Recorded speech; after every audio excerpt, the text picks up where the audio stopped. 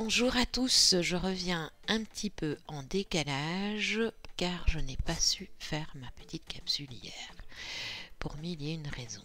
Ah, les raisons. Mais bon, c'est pas le sujet aujourd'hui. On va parler du cœur, entre pression astrale et autorité de l'esprit.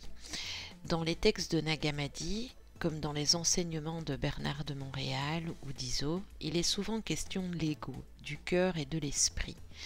Aujourd'hui, je voudrais partir d'un vécu très concret. Ces petites crispations, ces tensions dans la poitrine qui peuvent nous faire peur. Le cœur comme lieu de pression. Le cœur, ce n'est pas seulement un organe. Mais bon, pour tous ceux qui suivent les sessions, que ce soit les miennes ou celles de mes confrères et consoeurs, vous vous en rendez bien compte.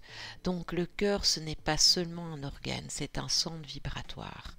L'astral s'y engouffre souvent, car c'est le point de jonction entre le soi, donc l'ego, et le lien avec les autres, famille, enfants, proches, etc. Les crispations ou palpitations, sont parfois accentuées par ce jeu astral, mais aussi par le corps qui traduit un stress accumulé. Alors, c'est quoi le piège de la peur? L'ego gonfle immédiatement l'expérience. Et si c'était grave? Ce mouvement enferme dans la mémoire des anciennes peurs comme les hôpitaux, les abandons, les manipulations, etc. Comme dans Nag Hammadi, le souvenir des blessures anciennes voile le regard de l'esprit. L'autorité de l'esprit. L'esprit replace le cœur dans sa fonction réelle, un organe au service de la vie et un centre au service de la conscience. Par une parole intérieure claire, m'ont uni à mon esprit, rien d'extérieur ne le contraint. On dégonfle la peur et on garde le cap. Et en même temps, l'esprit n'exclut pas la lucidité pratique. Consulter un médecin si besoin, prendre soin du corps, car sortir de la matrice, c'est aussi honorer le plan physique. Et ça, je pense que vous le savez aussi. Alors, le lien avec les sessions et la libération. Les sessions clients m'ont montré à quel point des mémoires anciennes, hôpitaux, abandons peuvent se rejouer dans le présent. Ce n'est pas un hasard, le cœur garde la trace.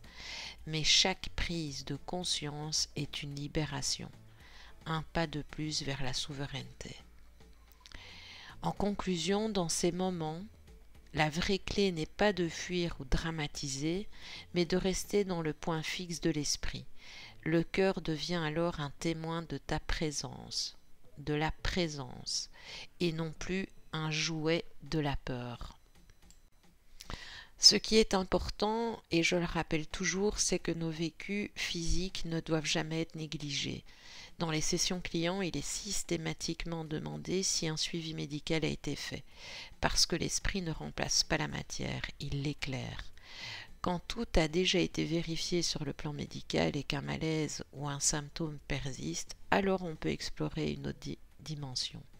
C'est là que les sessions, les lectures vibratoires et les textes comme ceux de Nag Hammadi nous donnent un autre regard.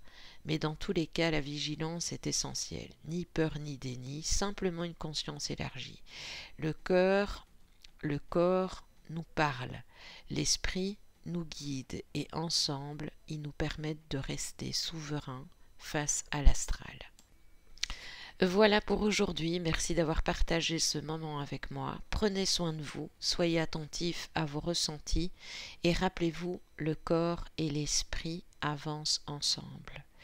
Je vous embrasse vibratoirement et on se retrouve très bientôt pour une nouvelle capsule. Restez souverains, restez légers et surtout, taquinons encore un peu l'astral. Petit clin d'œil.